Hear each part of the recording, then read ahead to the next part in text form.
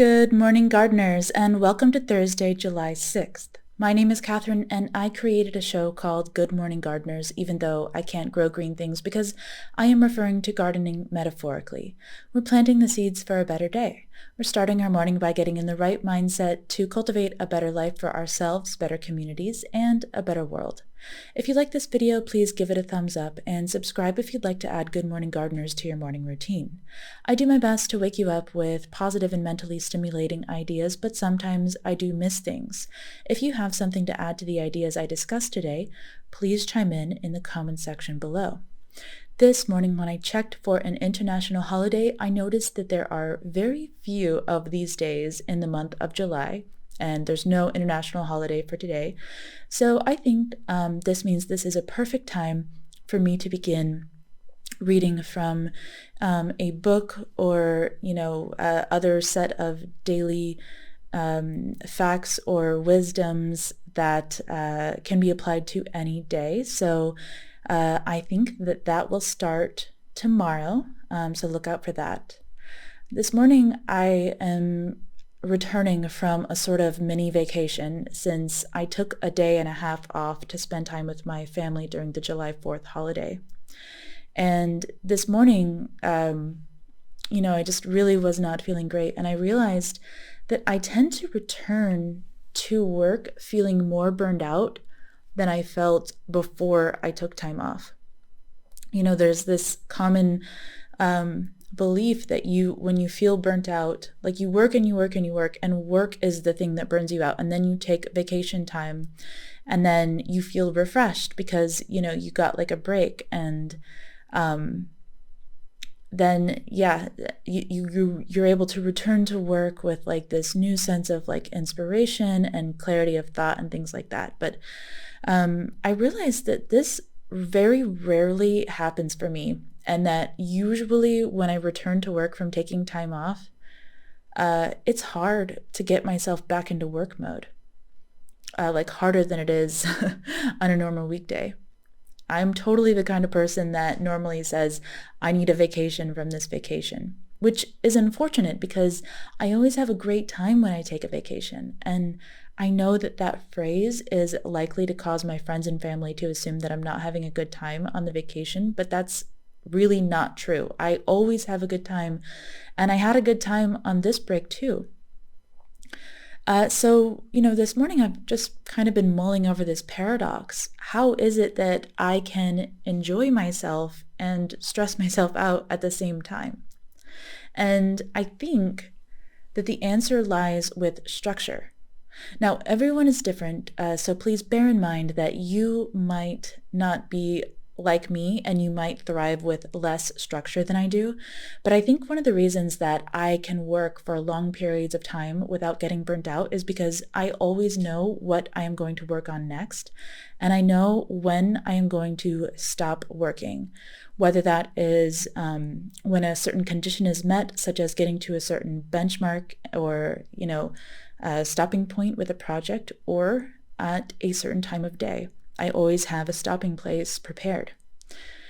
I have a really solid set of routines and daily structures that guide my actions on weekdays. So on a normal workday, I never need to decide what I'm going to work on next. I only need to focus on doing the best I can with the task that has been assigned to me beforehand by my past self, since I work for myself. And with this in mind, I began poking around on James Clear's blog. James Clear is the author of Atomic Habits, and I love reading his newsletters and articles for additional wisdom and little tips and interesting things about behavioral psychology. So this morning, I'm going to read to you an article titled, How to Declutter Your Mind and Unleash Your Willpower by Using Bright Line Rules. In the spring of 1966, a man named Ernesto Miranda was arrested in Phoenix. The police had very little to go on, but they suspected Miranda of kidnapping and assaulting an 18-year-old woman 10 days earlier. The officers interrogated Miranda for 2 hours and were rewarded for their effort. Miranda admitted to the assault charge and signed a confession paper. There was just one problem. During the interrogation, Miranda had been alone, and at no point was he informed that he had the right to legal counsel. When the case went to trial, Miranda's written confession was used as evidence. He was quickly convicted, but his lawyer appealed because Miranda had never been informed of his rights, and thus, according to his lawyer, the confession was not voluntary. The Arizona Supreme Court upheld the decision, but eventually the case made it to the United States Supreme Court. The United States Supreme Court overturned the Miranda ruling by a vote of 5-4 because the person in custody must, prior to interrogation, be clearly informed that he has the right to remain silent and that anything he says will be used against him in court. He must clearly be informed that he has the right to consult with a lawyer and to have the lawyer with him during the interrogation, and that, if he is indigent, a lawyer will be appointed to represent him. The Supreme Court had just created a bright line rule. A bright line rule refers to a clearly defined rule or standard. It is a rule with a clear interpretation and very little wiggle room. It establishes a bright line for what the rule is saying and what it is not saying. The Miranda ruling is one example. If a police officer fails to inform a defendant in custody of their rights, then the suspect's statements are not admissible in court, plain and simple, clear and bright. Most of us, myself included, could benefit from setting brighter lines in our personal and professional lives. Consider some of the common examples. We might say that we want to check email less frequently. We might say that we want to drink moderately. We might say that we want to save more for retirement.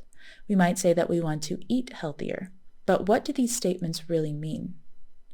What does it mean to check email less frequently? Are you going to try to be better about it and hope that that works? Will you set specific days or certain times when you will be unavailable? Will you check email on weekends? Will you process email only on your computer? What exactly is moderate drinking? Is it 1 drink per week, 5 drinks per week, 10 drinks per week? We haven't defined it, so how will we know if we are making progress? What does it mean to save more? More is not a number. How much is more? When will you save? Every month? Every paycheck? What does eating healthier look like on a daily basis? Does that mean that you start by eating more servings of vegetables? If so, how many more? Do you want to start eating a healthy meal once per day, twice per day, every meal? It can be easy to make promises like this to yourself, but they do not create bright lines. Fuzzy statements make progress hard to measure, and the things we measure are the things that we improve. Now, do we need to measure every area of our lives? Of course not. But if something is important to you, then you should establish a bright line. Consider the following alternatives. I only process mail between 11 a.m. and 6 p.m. Maximum of 2 drinks per night. I save $500 per month for retirement. I eat at least 2 types of vegetables per day. These statements establish bright lines. These statements make action steps precise and obvious. Vague promises will never lead to clear results. So far, these examples have focused primarily on building new behaviors, but bright line rules are used just as effectively to break bad habits or eliminate old behaviors. My friend Nir Eyal proposes a similar strategy that he calls progressive extremism. To explain the concept, Nir uses the example of being a vegetarian. If you were interested in becoming a vegetarian, you might start by saying, I don't eat red meat. The goal isn't to change everything at once, but to take a clear and extreme stand in one small area. You are establishing a bright line on that topic. Over time, you can progressively move your bright line forward and add other behaviors to the mix, i.e., I don't eat red meat or fish, and so on. Establishing bright lines in your life can provide a huge boost in daily willpower. Here are 2 reasons why. First, bright lines shift the conversation in your head from one of sacrifice to one of empowerment. When you don't have a bright line established and you choose not to do something, the tendency is to say, oh, I can't do it this time. Conversely, when you do have a bright line clearly set, your response can simply be, no thanks, I don't do that. Bright lines help you avoid making just this once exceptions. Instead, you're following a new identity that you have created for yourself. Second, by establishing clear decisions in your life, you conserve willpower for other important choices.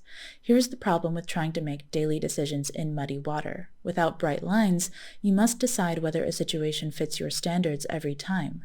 With bright lines, the decision is made ahead of time. Because of this, you are less likely to suffer from decision fatigue and more likely to have willpower left over for work, relationships, and other health habits. So, and we're going to move on to our feel-good moment, but first, let's talk about how this bright line stuff relates to burnout. Can you use bright line rules to prevent burnout? I don't think so. You can definitely use them to reduce and even minimize the amount of burnout you'll have to deal with in your life, but I don't think it's possible for the average person to completely avoid burnout. As I said previously, everyone is different, but in my case, I'm realizing that I need to use bright line rules to govern not only my work time, but also my leisure time. It doesn't mean to rigidly pre-plan every minute of my time off, but I am going to begin implementing some systems to reduce the decision fatigue that so often comes with my vacation time. So for our feel-good moment, I'm going to read to you a very brief section from Deep Work by Cal Newport. If you've already read Deep Work, you probably know that Cal Newport advocates for the practice of planning your leisure time. He writes, "Put more thought into your leisure time. Don't default to whatever catches your attention in the moment, but instead dedicate some advanced thinking to the question of how you want to spend your free time. It's crucial that you figure out in advance what you're going to do with your evenings and weekends before they begin.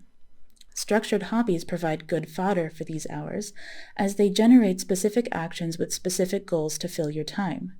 A set program of reading, where you spend regular time each night making progress on a series of deliberately chosen books, is a good option, as is, of course, exercise or the enjoyment of good in-person company. In my own life, for example, I managed to read a surprising number of books in a typical year given the demands on my time as a professor, writer, and father. On average, I'm typically reading 3 to 5 books at a time. This is possible because one of my favorite pre-planned leisure activities after my kids' bedtime is to read an interesting book. As a result, my smartphone and computer and the distractions they can offer typically remain neglected between the end of the workday and the next morning. At this point, you might worry that adding such structure to your relaxation will defeat the purpose of relaxing, which many believe requires complete freedom from plans or obligations. Won't a structured evening leave you exhausted, not refreshed for the next day at work? Arnold Bennett, an old-timey self-help author, anticipated this complaint. As he argues, such worries misunderstand what energizes the human spirit. Arnold Bennett writes, "What, you say that a full energy given to those 16 hours of time off will lessen the value of the business 8? Not so. On the contrary, it will assuredly increase the value of the business 8. One of the chief things which my typical man has to learn is that the mental faculties are capable of a continuous hard activity. They do not tire like an arm or a leg. All they want is change, not rest, except in sleep." In my experience, this analysis is spot on. If you give your mind something meaningful to do throughout all your waking hours, you'll end the day more fulfilled and begin the next one more relaxed than if you instead allow your mind to bathe for hours in semi-conscious and unstructured web surfing. To summarize, if you want to eliminate the addictive pull of entertainment sites on your time and attention, give your brain a quality alternative. Not only will this preserve your ability to resist distraction and concentrate, but you might even fulfill Arnold Bennett's ambitious goal of experiencing, perhaps for the first time, what it means to live and not just to exist. So, for our focus moment today, I simply want to invite you to begin brainstorming a bright line rule for yourself. Especially if you struggle with what I struggle with, being burned out and on return from vacation and needing a vacation from your vacation, I think bright line rules can really help to reduce that problem when it comes to your time off. So some really common examples of bright line rules are: I will not think about work after 6 p.m. I will not respond to emails after 5 p.m. I will put my phone away at 8 p.m. and will not retrieve it until the next morning. For me, I think that a good bright line rule for me to begin implementing is I will outline my top 3 priorities for every day on the previous evening by 8 p.m. I think this practice will help me cut down on those awkward, what should we do next moments. Then, even if I'm spending the day with a group of friends who have no plans and no opinions, I can simply go through my list for the day. Also, even if I end the day with a long period of downtime or by overindulging in desserts and alcohol, I can still rest easy in the knowledge that I accomplished my top 3 priorities for that day. And remember, these bright lines can be extended or moved over time as you note how they affect your life. The most valuable step is to take the first one, just by getting started. I hope you found this helpful, and I hope you have a wonderful day. I will speak with you again tomorrow.